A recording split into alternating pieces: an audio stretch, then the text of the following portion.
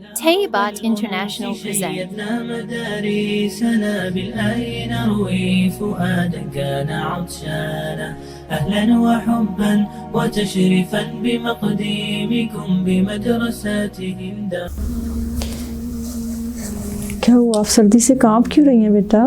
مما میں وضو کر آئی ہوں۔ وہ ٹھنڈ میں وضو کرنا واقعی ایک مشکل کام ہے، لیکن ساکس تو آپ نے پہنے ہوئے ہیں۔ میں نے جلدی میں ساکس کے اوپر مسح کر لیا تھا۔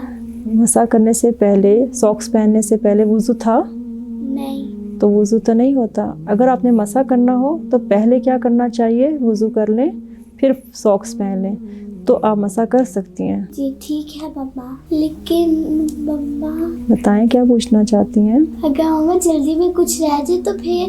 اگر جلدی میں آپ کے کوئی اعضاء سوکھے رہ جائیں تو نبی صلی اللہ علیہ وسلم نے کچھ اصحاب کو دیکھا وضو کر رہے تھے تو انہیں فرمایا کہ تمہاری ایڑیوں کے لیے ہلاکت ہے، ویل للعقاب من النار۔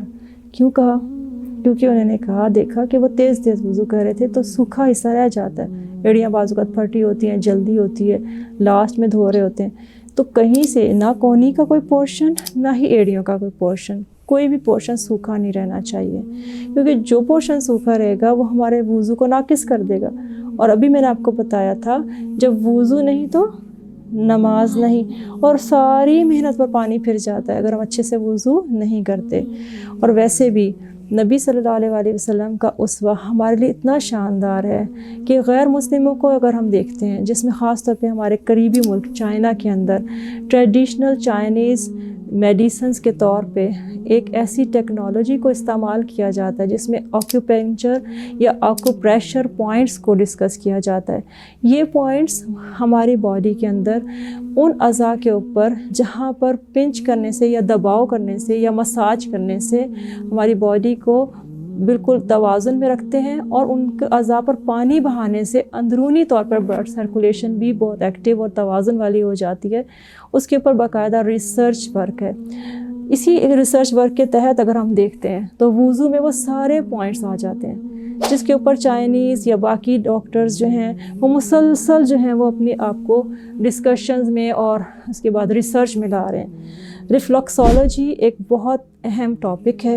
یہ پوائنٹس جو ہیں وہ جلد کے اندر خاص طور پہ ایڑیوں کے آس پاس اور یہ سارے پوائنٹس کے ساتھ جو ہے وہ ڈسکس کیے جا رہے ہوتے ہیں۔ اب یہ ساری باتیں میں آپ کو اس لیے بتا رہی ہوں کہ باہر کے ممالک میں وضو نہیں ہے، اس کے آلٹرنیٹ وہ پوائنٹس ڈھونڈ رہے ہیں جس پر مساج کر کے یا جس کو مطلب پانی بہا کر وہ اچھے سے کر رہے ہوتے ہیں، لیکن ایسا نہیں ہے۔ تو ہمیں کیا کرنا چاہیے؟